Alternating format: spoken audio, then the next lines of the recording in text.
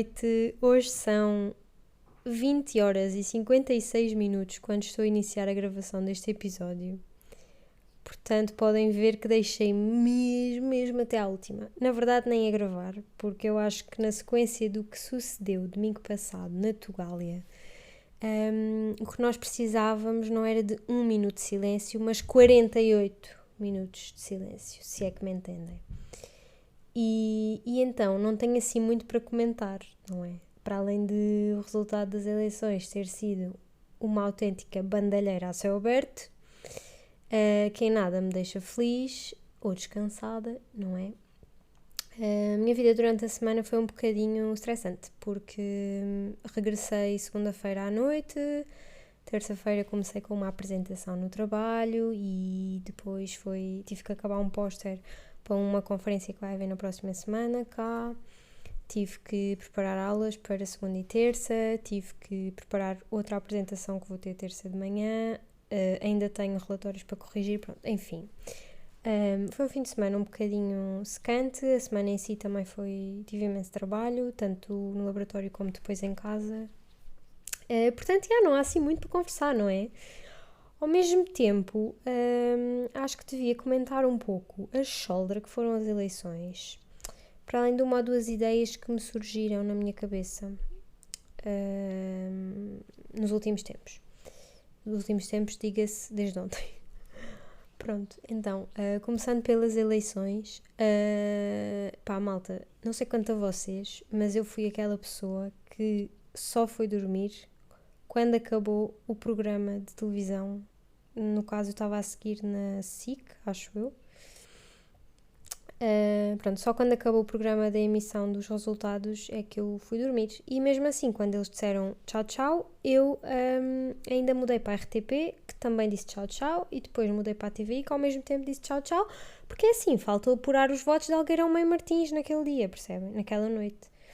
E eu estava a seguir tudo ao minuto, os votos, a contagem de votos, as freguesias apuradas e não sei o quê.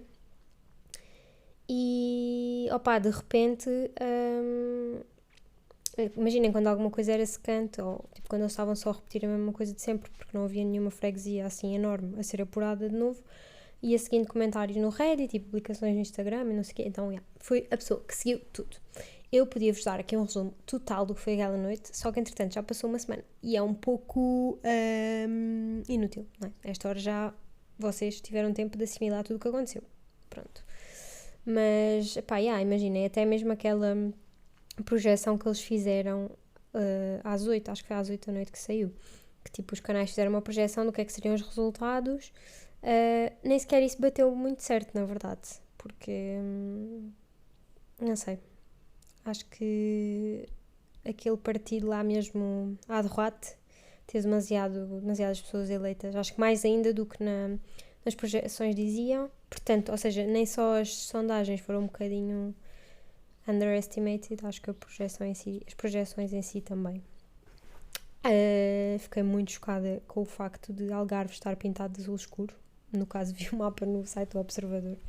Portanto, mas acho que vocês sabem o que é que azul escuro quer dizer. E tenta racionalizar os resultados e imaginem, não quero acreditar que Portugal seja um país de pessoas xenófobas e que não sabem receber imigrantes, não é? Tipo, choca-me bué, imaginem. Sendo nós um país que até envia bué de pessoas, isto é, em que bué de pessoas saem de Portugal para ir procurar melhores condições de trabalho, saúde e vida no geral. E tipo, sabendo nós o que é que... Imaginem, quase que me atrevo a dizer que qualquer família portuguesa tem pelo menos uma pessoa a viver no estrangeiro, porque foi na busca de melhores condições de vida. E essa pessoa, em princípio, tem um melhor sistema de saúde lá fora, ou pelo menos melhores condições de trabalho do que teria na sua área em Portugal. E é bem recebida no país para onde vai, não é? Então, choca-me um bocado ver que o nosso país não está a querer receber os outros que vêm também em busca dessas oportunidades melhores. Por muito que se calhar haja exemplos onde essas pessoas que vêm não se querem integrar muito na cultura e não sei o quê, percebem? Então, o resultado das eleições foi uma total desilusão para mim nesse aspecto. Depois, no que toca à cena de maioria absoluta, que não houve de todo, por um lado foi fixe. Por um lado é fixe, tipo, não haver nenhum partido com maioria absoluta. Aliás, por um lado é fixe, não. É totalmente fixe que isso não aconteça, porque obriga que eles tenham diálogo com partidos mais minoritários, mas que se estão lá foi porque as pessoas os elegeram, não é? Então, com essa parte até gostei dos resultados, digamos assim. Acho que se calhar podia ter havido um maior distanciamento entre o PS e o PSD, seja ele qual fosse, seja qual partido ganhasse, acho que devia haver esse maior distanciamento, só para garantir um bocadinho mais de governabilidade, diria. Mas lá está, eu acho que neste caso o PSD, que foi quem ganhou, não é? Se conseguir dialogar com todos os partidos, pode ser que até saia dali alguma coisa de jeito. Não sei, isto sou eu com um bocadinho de esperança em relação à real confusão que saiu dali. Mas o que é que eu tinha mais para dizer em relação a isto? Buguei, malta. Claro, em relação à ADN, não é? Obviamente, eu acho que tinha partilhado nos episódios antes das eleições que isso ia acontecer. De malta votar no ADN a achar que era AD. E depois eu percebi-me que os boletins são diferentes de círculo eleitoral para círculo eleitoral, acho que é assim, porque são ordenados, são sorteados. Eu achava que era ordenado por ordem alfabética ou algo desse género, mas não, são sorteados em cada sítio, então por isso é que, sei lá, em Santarém, em Évora e no boletim que eu votei é diferente. Então, por exemplo, no meu boletim o ADN vinha logo no início, tanto que foi daí que eu notei logo que aquilo ia dar barraca. Tipo, quando estava a ler os partidos, lia a alternativa, não sei o que, eu, isto é o PSD. Não, afinal não. Tipo, estão a ver, notei logo. E sei que houve círculos onde isso foi ao contrário, e foi uma das coisas até comentaram na noite eleitoral que depois há de vir a ser estudada, tipo a correlação de pessoas, a porcentagem de pessoas que se enganaram, não é? Assumindo que ninguém queria bem votar naquele partido, no ADN, versus a ordem que aparecia. Por isso estou curiosa para ver os resultados. Mas na sequência disso, um dos comentários que vi no Reddit, e acho que até no Insta também, foi tipo pessoas a dizer isto só confirma que devia haver um curso para as pessoas fazerem antes de irem votar. Tipo, nem toda a gente devia ter o direito ao voto e não sei o quê. Tipo, se nem sabem ler. E eu fiquei what the fuck?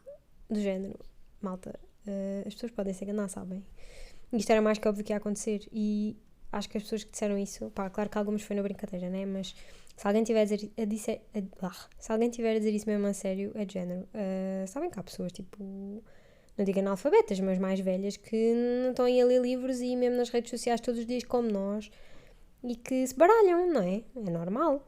Tipo, e nem precisam de ser pessoas muito velhas, se calhar pessoas na faixa etária dos nossos pais, isso pode acontecer. E de certo que aconteceu, porque aquela expressão toda de votos, tipo, é as pessoas que se baralham. Claro que podiam prestar mais atenção, mas daí a tirar o direito ao voto, enfim, fica um pouco chocada com certas e determinadas intervenções do povo. Mas malta, é o que vamos ver. Não estou com... Quero ter esperanças em relação à cena do diálogo, mas por outro lado não estou com grandes esperanças em relação à durabilidade deste desgoverno que vai ser. Sei que comentei com os meus colegas cá, tipo, o resultado, não é? Que foi um bocado mau, né? Em relação ao crescimento da extrema-direita, e eles tipo, cá em França também vai ser assim. Tipo, a Marina Massas vai ganhar nas próximas eleições, ou pelo menos vai ter muito mais votos e não sei o quê. Depois perguntei, ok, quando é que são as próximas eleições cá? São em 2027, portanto, malta, I'm safe. Vou basar daqui antes, portanto, de Portugal votei cá, não, fui visitar, basei no dia a seguir às eleições e pronto, vim para a França e agora, em 2027, tenho que basar de volta para Portugal, portanto, espero que esse problema se resolva entretanto. Enfim, falando de coisas um pouco mais felizes e nada a ver, ontem surgiu-me uma ideia. Quer dizer, essa ideia já me tinha surgido há mais tempo, mas ontem intensificou-se, porque fui ali dar um passeiozinho a pé, enquanto esperava que a roupa lavasse, não é? E vi um mágico na rua, tipo um daqueles artistas de rua, neste caso a fazer truques de magia, que é bué da raro, normalmente são só pessoas a tocar guitarra, ou então só pessoas a pedir dinheiro, random. Mas estava a fazer truques de magia, tinha uma mesinha e tudo, estava todo bem vestidinho, tipo, mesmo mágico, estão a ver? E era italiano. E imaginem, ele estava a falar francês, só que eu notei que ele era italiano, porque ele tinha aquele destaque de mamma mia a falar francês, estão a ver?